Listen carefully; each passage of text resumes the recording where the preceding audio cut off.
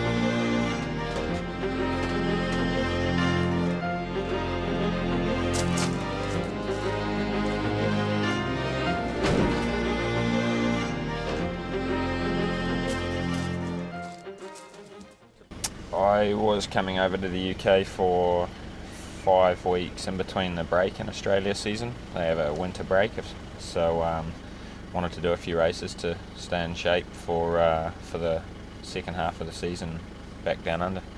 Well, semi-retired, like New Zealand, Australia. I went from doing 38 races a year in Europe to doing 15 in Australia and New Zealand.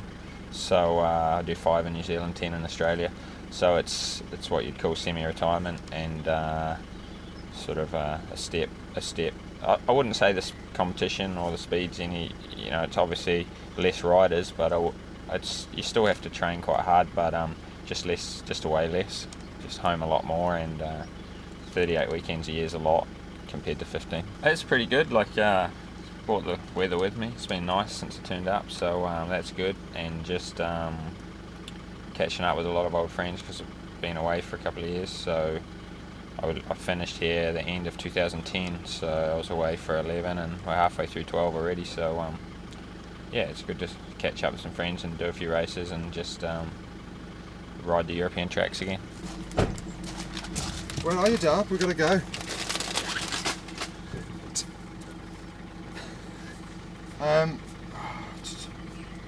Are you sure you're by Morrison's, or is that a Darb Morrison's?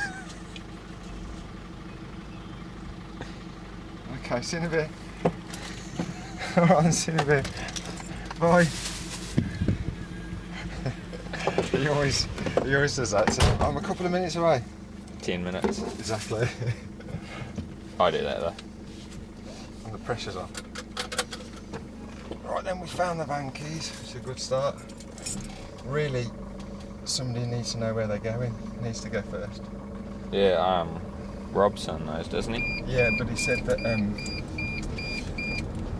I thought it was 15A and he just said it was 15. What, exit? Yeah. Off where? M1. Well, obviously you know how to get to the M1, so that's a good start. Hopefully we'll see another van, we'll just follow them in. Yeah, he's got to Yeah, Wednesdays as well. That's old Darby. I was going the wrong way. He nearly drifted through that, Tim. Summarise today. Yeah, just try and win, I guess. That's pretty much what I always try to do. So bike's really good. A lot of people have put in a lot of effort to try to get me to ride today, so thankful for that, and also for my team in Australia letting me ride.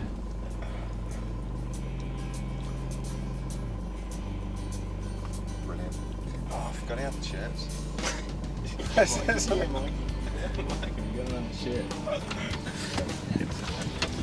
Where am I? No pressure. Not on a Lockie's car. What time's practice? 8 something, isn't it? Didn't you have that bit of paper? Yeah, I think we were supposed to have your bike in it sometime, eh? To scrutineering. We'll be alright with that, won't we? Yeah, they'll be alright. I think Mikey checked it over anyway. Jesus. That's a lot of sandwiches. Alright, Fatty. As you can tell, we're not the most organised, ready for this.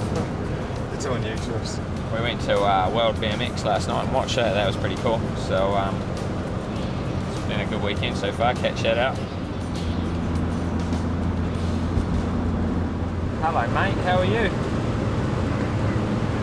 Are you going to come to the race? Are you coming to watch Daddy? Did you have a good sleep?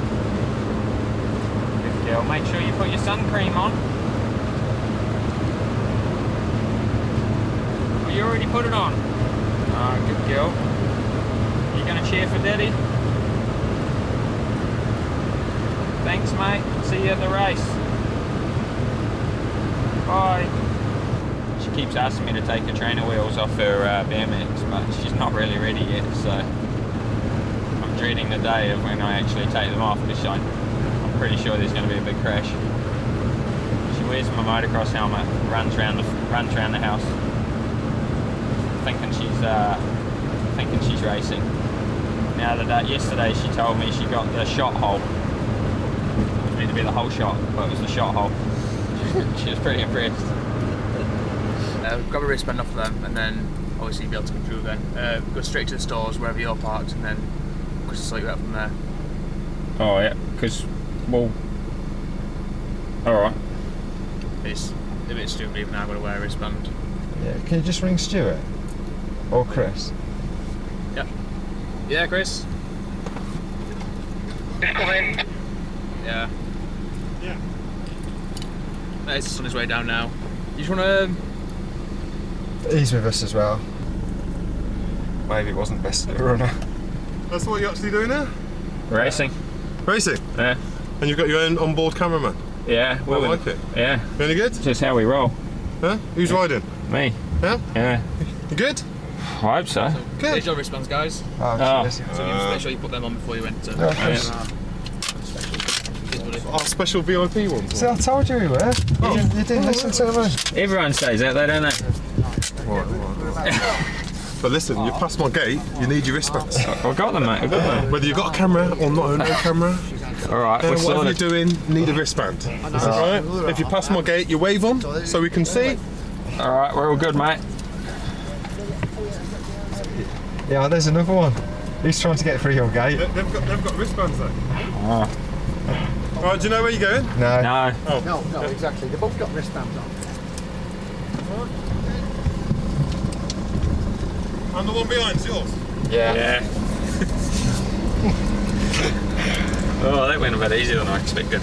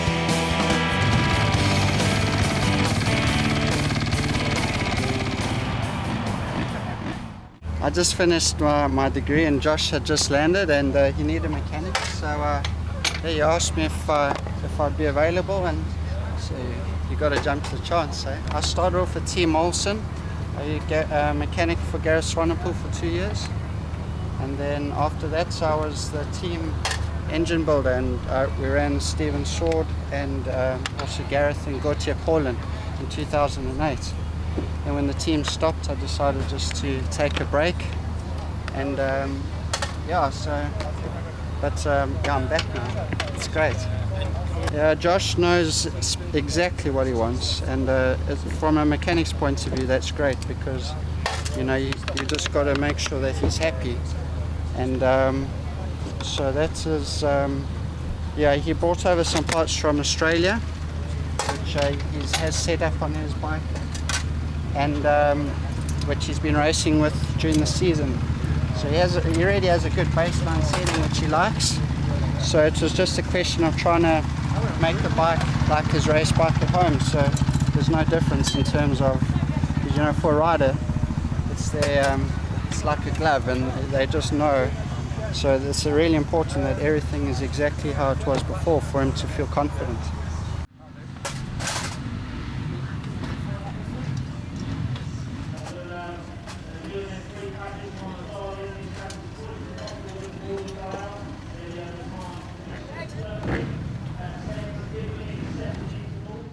There's been a lot of setup and a lot of organising to get to here.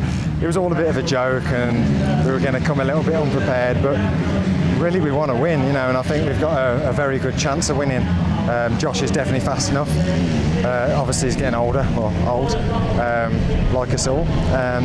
So yeah, hopefully we can make a really good impression and take the bigger teams on. This is a good track for Josh as well, because it's quite supercrossy, but you know, the start's so important, and it's a bike he doesn't know. So that's going to be sort of, I think, our Achilles heel today, but as long as he can get a good start, you know, he's going to be, you know, right up the front, but starting in 20th place today, it's going to be very, very difficult.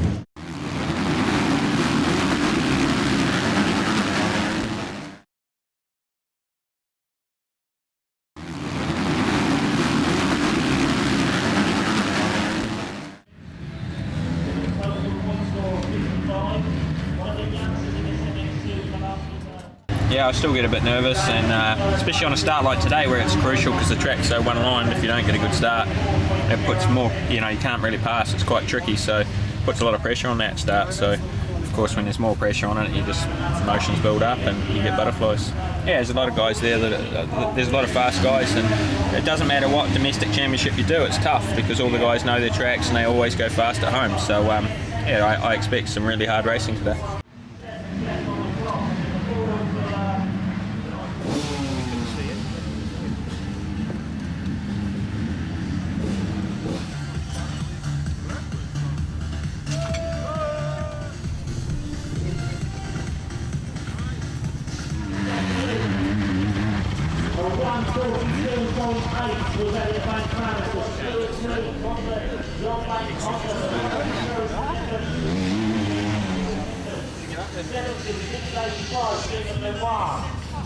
Eighth onto the start line is really number 12, Luke Hawkins. Ninth is 66, Lewis Boone. 10th is 100.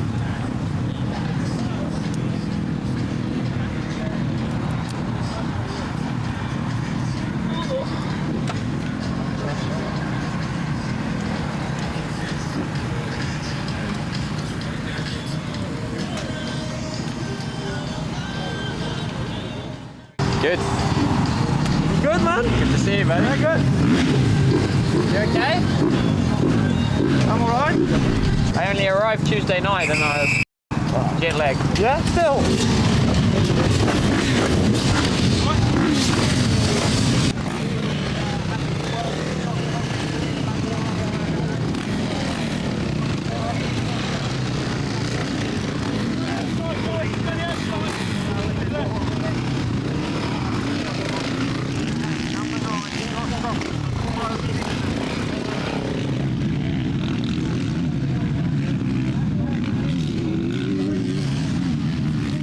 A little bit nervous. We just got to make sure that everything goes smoothly. We've done all our preparation before the race, so you know, on the day we just got to hope that that sees us through and everything runs smoothly.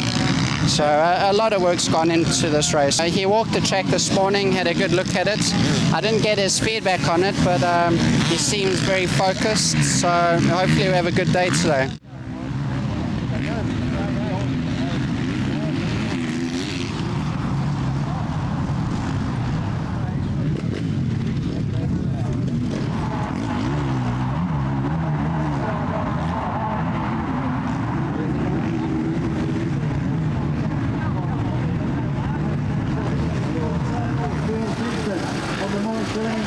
Yamaha is the fastest rider out there at 141.8.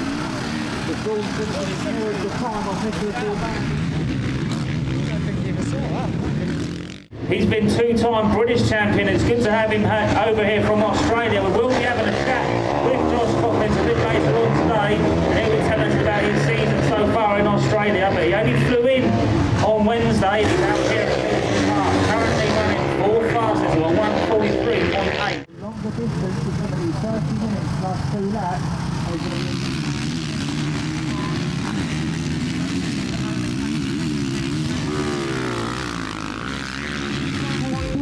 Compared to next drivers is 141.38. Just gone past Josh Coppins 4, a 143.1. What a lap!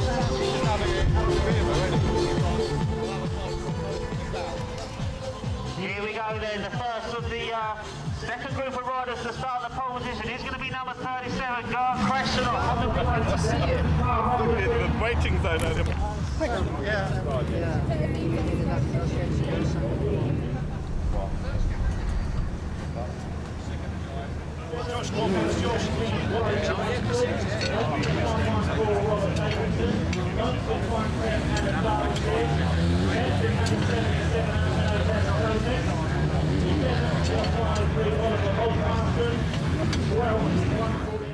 Josh Coppins, well, I've known him obviously, same as everyone else. I used to watch him from the other side of the fence, and then when I started commentating and doing some Grand Prix, I got to know him a bit better, and a nicer man you will not find, a more grounded man. He will talk to anybody, find time for anybody, but the most dedicated man and rider I've ever seen. He puts everything into it, and he will, anybody who thinks they work hard, compare themselves to this man and they will fall short, because he trains harder, he practices harder, he works harder than anybody.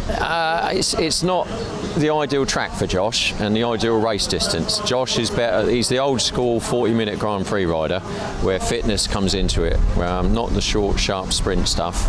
And he's also just said to me today he's suffering a little bit from jet lag because he only arrived on Tuesday, so it's starting to kick in a little bit now. So we'll wait and see, but as ever he'll give it everything he's got. But I've just told him it better be good, because it's cost me 20 quid to come and watch him today. Yeah, I mean it sort of happened very, very sort of quickly. Mark McGann from Fro Systems and ourselves, we actually bumped into each other and we hadn't seen each other for quite a long time. This was at Canada Heights, and we sort of had a chat, and he said that Josh Coppins was possibly going to be staying with him. So we sort of put the idea together, maybe on a wild card, riding at Milton, 27th of May. And it sort of fruition really. It was great. We had Mark McGann sorted it out and said, yeah, no problem, he's coming over, and it was good news. It was good news. Josh has, I won't say been around for a long time, but he has on the circuits, and it is a name that sort of draws people in, and we were very, very pleased. I obviously don't know Josh personally. I know that obviously on the world circuits and so forth, and it really is a privilege that he's here today at Milton riding the circuit. Yeah, it's nice, it's nice for him to come back and support the British. I think he knows that he's done a few races here before, and it's a good series, so I think he's coming back. Obviously he's in an age bracket where he's just having fun now, and I think to come back and do some races like this, it's good for him. So.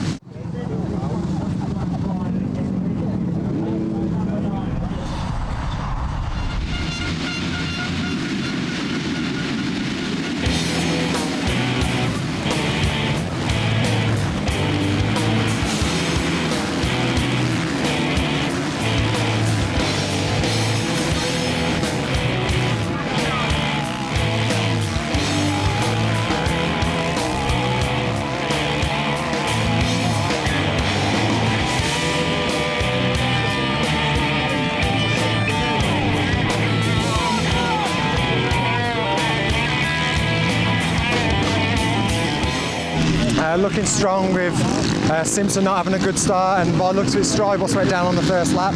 Looking real good for us, but unfortunately Josh made a mistake, so he's in trouble when he gets back, that's for certain. But back down to 8th, but he's coming back through strong. But those leaders are long gone now. But with a short moto, Josh is very strong and very fit, so the second half of the race is always his strongest. But maybe the last race of the day will be better for us. But everyone's still fit at the minute, but none of them as strong as Josh are. So fingers crossed. He has that lad there that took him again. He got him on the start finish straight, and the lad's come back. Come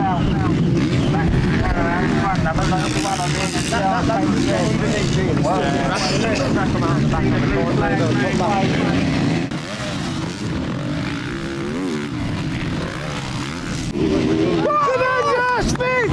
Come on! Gotta get him, gotta get round him, he's doing enough for me.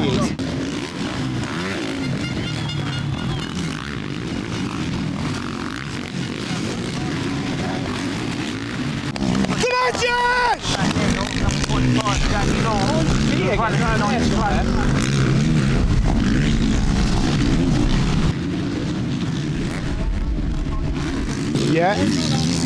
That is not. That's second in the orange. Okay. 1, 2, 3 in the yellow and red.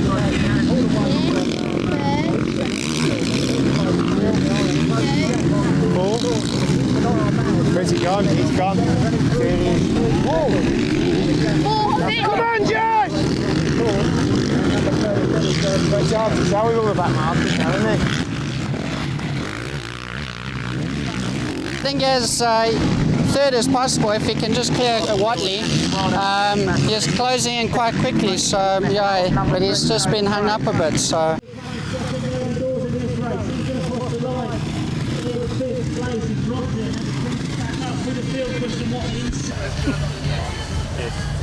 Gonna watch that there. My fault. I just stalled it because it's a new bike. It got really hot for the first time and the idle went low. And I just come to the corner, just had to turn the idle up. The starter up? Yeah, that's good. We just gave it 2 clicks on the idle, lifted up, it said it was idling a little bit low, so yeah, that's all. Yeah, I'm just checking the air filter, making sure that it's all good. Yeah, I just wanted to see that everything's 100. That's all, nothing major.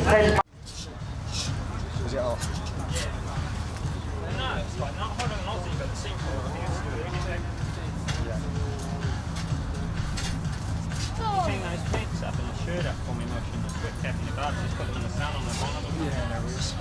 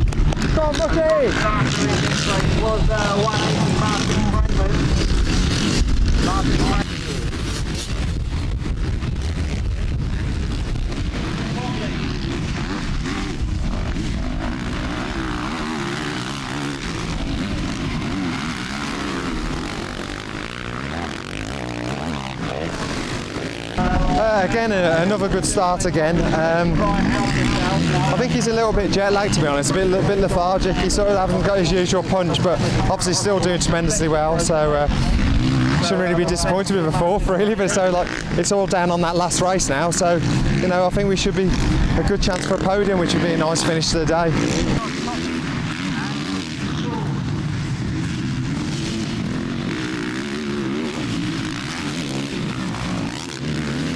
It'll be all about the last race, yeah.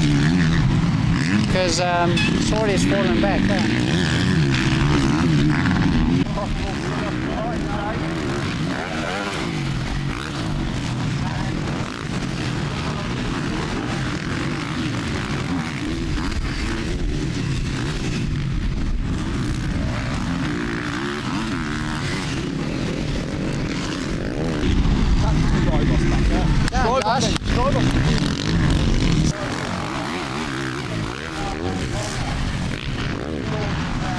be chuffed to pieces of that. 2-2 for Matisse Caro. Sean Simpson, number 24, he's going to bring it home for a second place finish. Josh Coppins, number 9, on the Pro Systems IDS Yamaha, brings it home for 4th. 14th for 704 Ashley Wild, and 15th for Ashley Bird, which is MX1 versus MX2. Elliot Banks Brown, Nicholas Orban, Neville Bradshaw, Graham Irwin, Brian McKenzie, real good. I don't know how you got to second from the outside. Ray Ralston. They're the MX2 riders that have qualified in time training. Got some water there, Josh? At the podium area just behind the start line. Can you find that one or that rental one?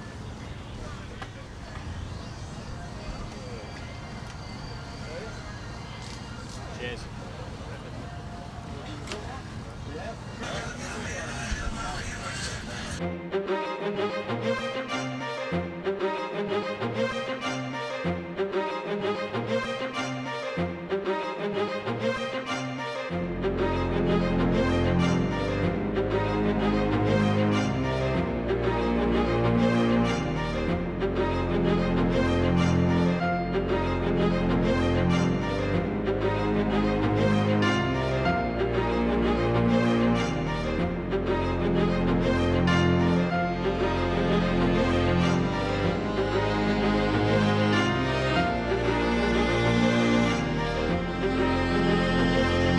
I'm knackered.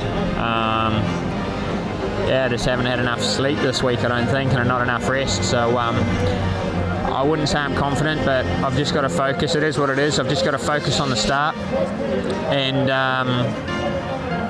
try and do clean, safe laps. And if I get a good start and I ride smart and safe and decent, I'll do okay. Yeah, I was just a bit disappointed with that first race. I kind of needed that really because I knew I was going to get tired as the day went on. Yeah, if I can sort of go similar results as the first two now, I'll be reasonably happy considering everything.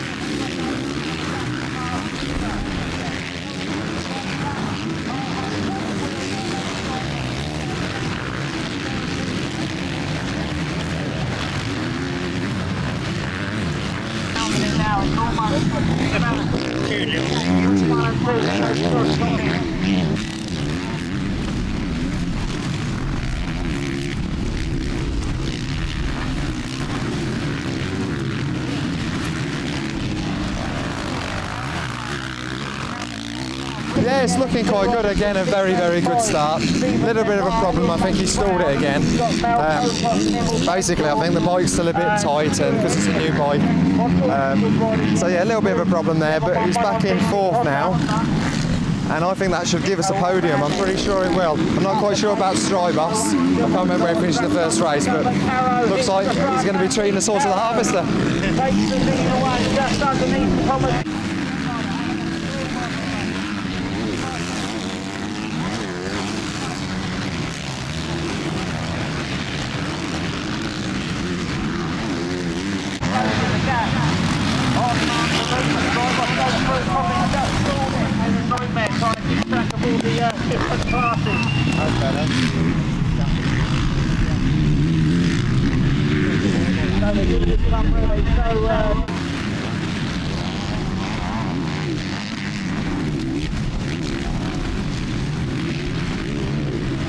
He's doing really good. Like, yeah, he just needs to keep up with that. Yeah, guy's going great. Yeah.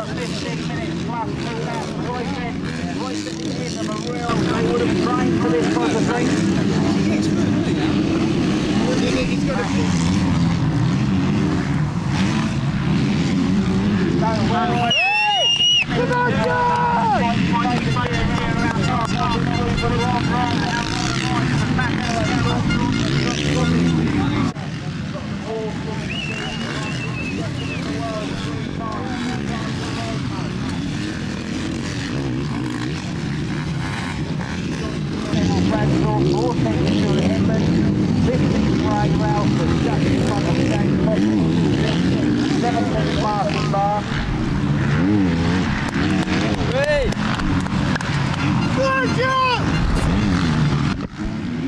So they're all doing like 150s. They're all doing 150s. It is a bit nerve-wracking. You're just wishing them all the best and that everything goes well and they see it through.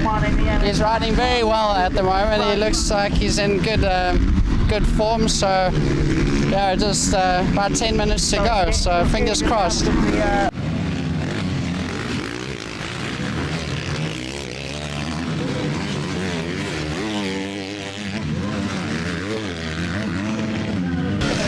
On that and take that cowl forward. Maybe we're starting to be a little bit tired there from something.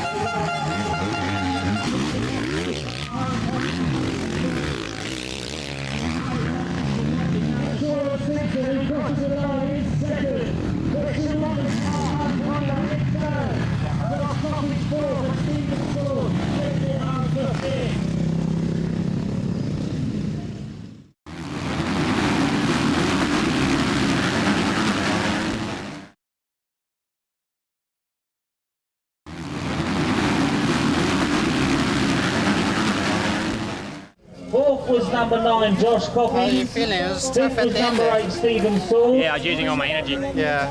Sixth was number 44, Well done, Josh. Elliot Banks Brown. Ninth, 31, Alex Snow. 10th, number 25, Jamie Law. 11th, 272, Neville Bradshaw.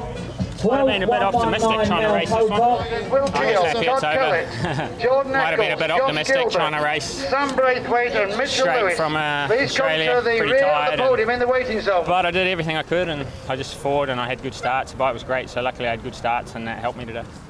Okay, thanks very much. Quite successful really, bit of a shame about the first race. Oh, what's this like? Strybus back there. Yeah. I seen that and I thought, oh, I've got a podium, just got to keep Sorty behind me. Yeah. We're getting close at this stage. Yeah. Getting on to that last lap. Yeah, I knew that, I just kept holding. I said, did you tell him it was 20 minutes? He said, yeah, I did. He says, because they said it was shortening the race, he said, but they must have put it back to the other one. I was like, that's got to be more than 20 minutes. I slowed right down, I looked at the timing machine and I was like, 6 minutes to go, we've done 24. I'm sure you all agree this was the first time that we've seen the 85cc class here at Amaxis. They're going to be doing, I think, 3 rounds here at Amaxis. It's not their main British Championship, but at the end of the year there will be, if you like, the MXY 85cc class. Okay, we're going to move on and I'm sure you all agree. Third overall today in MX1 class. It was a great pleasure to have him racing back on British soil. He rode number 9 today, Josh Coppins.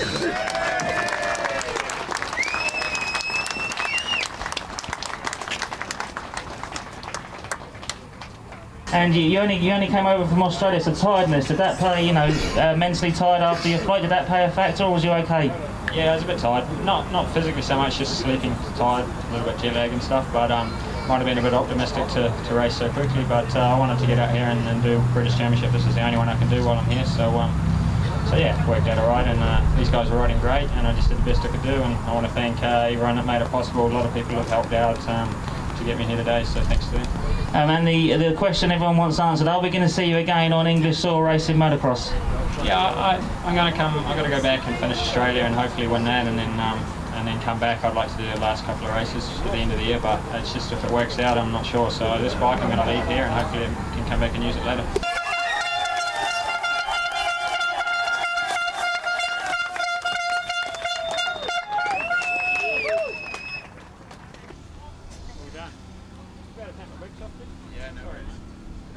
I got into racing when I was 12 years old, but I had a bike since I was 4. So I grew up on a 250-acre farm, and my parents both worked, but they would run the farm on the weekends, so I'd help out in the weeks, and I'd roll around on my motorbike and move sheep and move cows, and I was quite handy on it. And then I persuaded my dad to take me to a race when I was 12, and that's where it started. But my dad's background was speedway, and I used to go along with him, but I was more into doing jumps and stuff.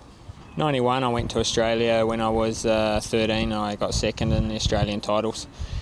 So I kind of knew then that I was I was doing pretty well. So ever since then, my goal was to be a professional and be successful.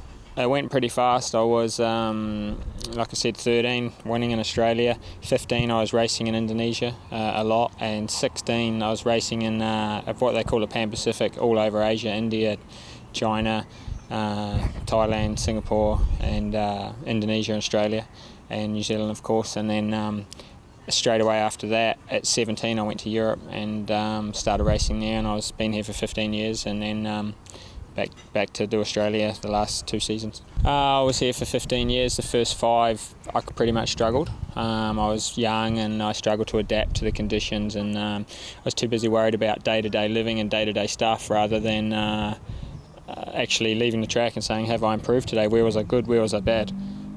It took me a long time to come on. I had too much respect really for my rivals, and it took me a long time to come on, but I had a breakthrough year about 22 and finished top 10 in the world, and then I got my first factory contract in 2000, and I was a factory rider from 2000, 2001 with Suzuki, and then 2002 till 2006 with Honda, and then 2007 until 2009 with Yamaha, and then I finished a year off with Aprilia. I just matured. I matured into a better rider, and rather than worry about day-to-day things, I was worried about actually getting faster, and I was putting more effort into being a better rider. I was leaving the track thinking I need to be, improving on this, improving on that, and I was working hard at it, and I just didn't give up. Worked hard at it for a long, long time, and I was a slow learner, and it took me a wee while, but I persevered, and that's what got me where I am today. At the time, I thought, you know what, no worries, because I was dominating. I thought, no problem, I'll win next year. But it changed me, and I really struggled from then on. That was my year. That was when I was shining. That was when I was the best rider physically. I was the best rider mentally. I had the best team. There was just nothing was sorted. There were no injuries, no nothing, and that was my year. But unfortunately, I got injured, like you said, and lost the championship. Had it in the bag, really, with a huge lead. But that's motocross. The highs are high and the lows are low, and that's what makes it such a great sport. I wanted to win, and I still won races after that. Still won World Championship races after 2007, and it was all about winning. That's what I enjoy it for. That's what I even today, I didn't win a race, so I'm not. Winning is what I do it for. Well, Yamaha approached me about doing Australia, and it was a really kind of a natural fit. It meant I could live in New Zealand, base myself in New Zealand, ride for a professional team, and be, let's say, a step down from Europe, a little bit, not so much competition, not so many races. It's still a good contract, and I still wasn't sure what I wanted to do after racing, and I thought it would be a big shock to go straight to the back to the farm and put my feet up. So I thought it would probably be a better idea to do a couple of easier years in Australia, and it's still tough mentally and physically, and to win a championship, but it's not for as long. So I thought it would be a great stepping stone, and that's what I did. And I lost last year, sort of a 2007 story really. I was leading, had 2 motos to go. I'd got first and second in the first 2 motos, and then we were lining up for the 3rd and 4th motos. I had a 19-point lead, and I got taken out in the first corner by another rider and broke my shoulder, so lost that championship, finished second, and I'm leading again in 2012 and hoping to wrap it up this year and go out with a bang. I think I've gained a lot of respect in the sport. I think I'm known as a fighter and known as a guy that'll race hard and never give up, and it's definitely shaped me as a man and as a person, and given me a lot of great opportunities. A lot of people don't realise where I came from. I came from the middle of nowhere, a great little town, but there was no professional athletes, no motocross riders really, and no motocross riders that aspired to be a world champion. So it was a big step, and like I said earlier, I just worked hard, persevered, and here I am today. Part of me would like to be back on the farm, and part of me would like to be here. So I'm a little bit up in the air. I'm lucky enough that I've made some good investments from racing, and racing's been good to me, that I don't have to go straight into a job. I'm able to just wait and see, and sort of try and tread water for a little bit and just find myself, and hopefully something comes up. But there's a few opportunities out there, and that's part of the reason why I'm here now in Europe for this break, is to have a look, and I'll be getting to a GP and also showing myself today at a British Championship that I'm still competitive, I'm still a good rider at 35. I've worked under some great team managers, I've raced for some great teams and ridden for some great manufacturers, so I know what it takes, but you know, the current economic time makes it a little bit harder, and that's also why I've got my eyes open and ears open and just trying to suss something out. Being on top of the world, winning a double win at a Grand Prix, you know, I had a few of them. That was beautiful. You know, like knowing on that day you were the fastest in the world is a great feeling. That'll be one of them. Knowing that I've got a lot of fans and a lot of people admire what I've achieved and done around the world, Australia, Europe, even America, and especially New Zealand. So knowing that when people hear of me, they respect the name and they know that I'm a fighter and I never gave up, and I always gave 100%, and I was a good, hard, clean racer. That'll be the two things which I take from it. And thirdly, I would have to add the financial side of things. You know, like I can't reiterate, you know, where I came from. I didn't expect, you know, best case scenario, I was going to end up with a freehold house. You know, that was my dream as a racer. Maybe I can just get enough money to buy a house. But, you know, it took me so much further. So I'm thankful for that, and thankful to Yamaha and all the other teams that I rode for, but mostly Yamaha for really making that possible. Here we are in the departure lounge, waiting to check in now for Blood, Sweat and Gear's big road trip. We're flying to India, Delhi first, and then we're going on the adventure in the sky with Global Enduro. A bit nervous to say the least.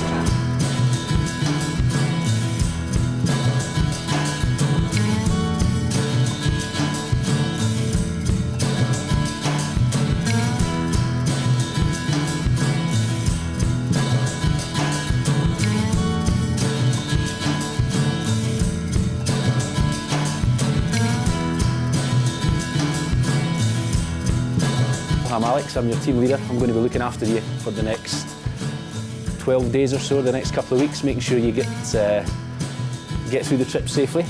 You've got to remember these bikes are 1950s design bikes. They've got drum brakes. That's one of the first things you're going to notice. You're going to think the brakes don't work.